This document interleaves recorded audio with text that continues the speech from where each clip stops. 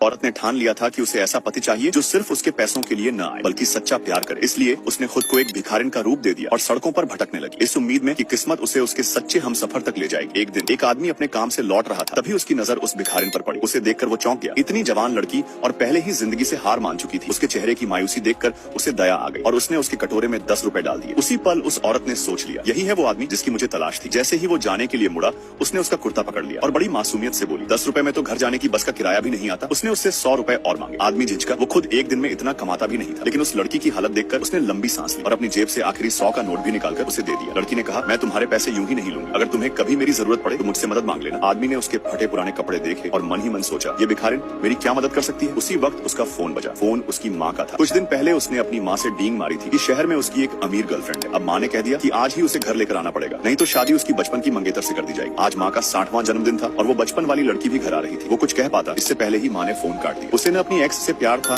न ही कोई और रास्ता सूझ रहा था। तभी उसे उस भिखारिन की याद आई जिसने अभी अभी मदद का वादा किया था। बिना कुछ सोचे उसने उससे रिक्वेस्ट की, क्या तुम एक दिन के लिए मेरी गर्लफ्रेंड बनकर मेरी माँ से मिल सकती हो। हैरानी की बात ये थी कि वो बिना कोई सवाल किए तैयार हो गई, लेकिन उसने एक शर्त रखी, अगर मुझे तुम्हारी माँ से मिलना है तो मैं इन फटेहाल कपड़ों में तो नहीं जा सकती। तुम्हें मुझे एक ढंग का कपड़ा दिलाना होगा, वरना तुम्हारी माँ सब समझ जाएगी। आदमी ने उसकी बात सही मानी और भारी मन से मान गया। जब वो लड़की नए साफ सुथरे और एलिगेंट कपड़े पहनकर बाहर आई तो आदमी उसे देखकर दंग रह गया। सिर्फ कपड़े बदलने से कोई इतना खूबसूरत लग सकता है, उसने कभी सोचा भी नहीं था। वो अभी भी उसे देख ही रहा था कि शोरूम का सेल्समैन बोला, सर ये ड्रेस 8,888 रुपए की है। वो वहीं थम गया। इतनी महंगी ड्रेस, लेकिन फिर भी उसने अपने पास रखे हुए सारे सिक्के और पुराने नोट गिनकर देने की कोशिश की। उसे यूं तंगी में लड़खड़ाते देखकर लड़की हंस पड़ी और खुद अपना क्रेडिट कार्ड काउंटर पर रख दिया। आदमी ने हैरानी से पूछा, तुम क्यों पे कर रही हो। लड़की मुस्कुराई और बोली, असल में मैं सू कॉर्पोरेशन की सीईओ हूँ, अरबों की कंपनी। आदमी को एक शब्द पर भी यकीन नहीं हुआ। वो पैसे बचाने के लिए उसे टैक्सी की जगह ट्रैक्टर पर बैठाकर गांव ले गया। रास्ते भर वो उसे समझाता रहा, अगर माँ कुछ पूछे तो बोलना कि तुम एक सक्सेसफुल सीईओ हो जो हर साल 10,000 से ज्यादा कमाती हो, और हाँ, तुमको सुअर काटना और भेड़ मारना भी आता है, क्योंकि माँ को ऐसे हुनर वाले रिश्ते बहुत पसंद है। उसने तो उसे एक फर्जी शादी का सर्टिफिकेट तक पकड़ाया ताकि कहानी और असली लगे। जब वो अपने गाँव पहुंचे तो उसकी माँ ने उन्हें देखकर खुशी से झूम उठी। तभी उसकी चालाक एक्स भी वहाँ आधम की। उसने आते ही माँ को 50,000 रुपए का तोहफा दिया और एक लग्जरी कार की चाबी थमा दी। ये गाड़ी अब आपके सब्जी लाने के काम आएगी, उसने मीठे अंदाज में कहा। फिर उसने मुस्कुराकर कहा, वैसे भी हम तो जल्द ही एक ही परिवार के हिस्से बन जाएंगे। लेकिन तभी उसकी नजर उस दूसरी लड़की पर पड़ी। माँ ने जल्दी से समझाया, ये मेरे बेटे की गर्लफ्रेंड है, शहर की एक बड़ी सीईओ। एक्स ने नजाकत से हंसते हुए ताना मारा, मैंने तो शहर की किसी यंग सीईओ का नाम कभी नहीं सुना। मैंने तो झेंघाई के हर बड़े कॉन्फ्रेंस में हिस्सा लिया है, लेकिन कभी इस लड़की को नहीं देखा। लड़की ने बड़ी शांति से जवाब दिया, मैं खुद रेयरली किसी कॉन्फ्रेंस में जाती हूँ, मेरे लोग सब संभालते हैं। तभी अचानक चेन यांग ग्रुप की एक टीम वहाँ आ गई। उन्होंने ऐलान किया कि उन्होंने